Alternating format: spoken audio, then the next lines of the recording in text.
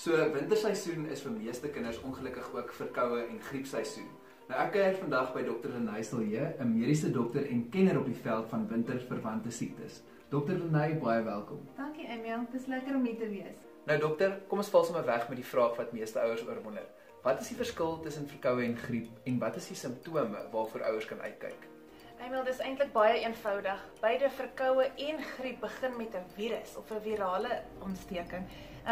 So die simptome waarvoor 'n mens gaan uitkyk by 'n verkoue is 'n loopneusie, gewoonlik helder kleurige vog, seer keel, moegheid, papperigheid. Mamma gaan by jou kom en sê so knieserig of klarig, eintlik heeltemal buitekant sy persoonlikheid, waar griep of regte influenza dan nou is erge lyfseer, hoë koors, erge hoofpyn.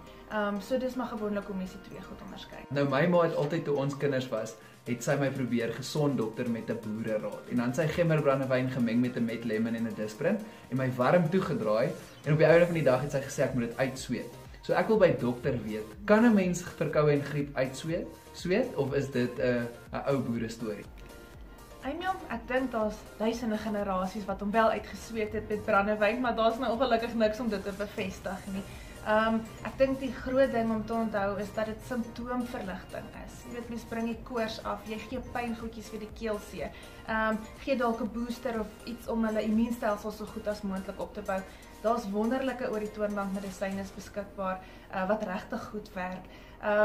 Maar dit is maar belangrik om te weet dat dit net simptoomverligting is en nie behandelend van die virus self nie. Nou ek het 'n artikel gelees wat sê dat antibiotika nie verkoue en griep kan genees nie. Is dit die waarheid? Dit is die waarheid, Emil. Antibiotika werk slegs vir bakterieële infeksies en gaan geen nut hê as die ontsteking van virale oorkoms is nie. Okay dokter, en dan inentings. Ek weet dis 'n sensitiewe onderwerp in die sosiale media ook. Hoe voel dokter oor inentings? Is dit iets wat dokter aanbeveel of moet mens wegbly daarvan? Emil, dis belangrik om te onthou dat ek dink elke ouerpaar die beste vir hulle kinders wil hê en daarom is dit so groot besprekingspunt. Ek is pro-inentings.